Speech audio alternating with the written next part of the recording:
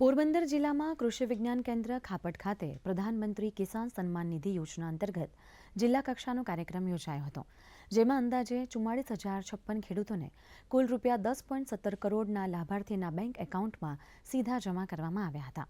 આ કાર્યક્રમમાં મોટી સંખ્યામાં ખેડૂત ભાઈ બહેનોએ લાભ લીધો હતો.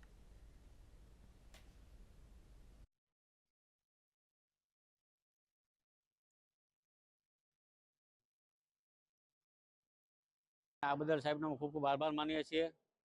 પ્લસમાં જે પ્રાકૃતિક ખેતીનું આપણે હાલે છે એમાં બી બહુ સરસ લાભ મળે છે અને જેનાથી ખૂબ સારું અમને ઉત્પાદન મળે છે.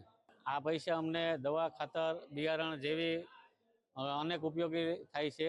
સરકાર અમારા કૃષિના ખાતામાં 2,000 રૂપિયા નાખે છે.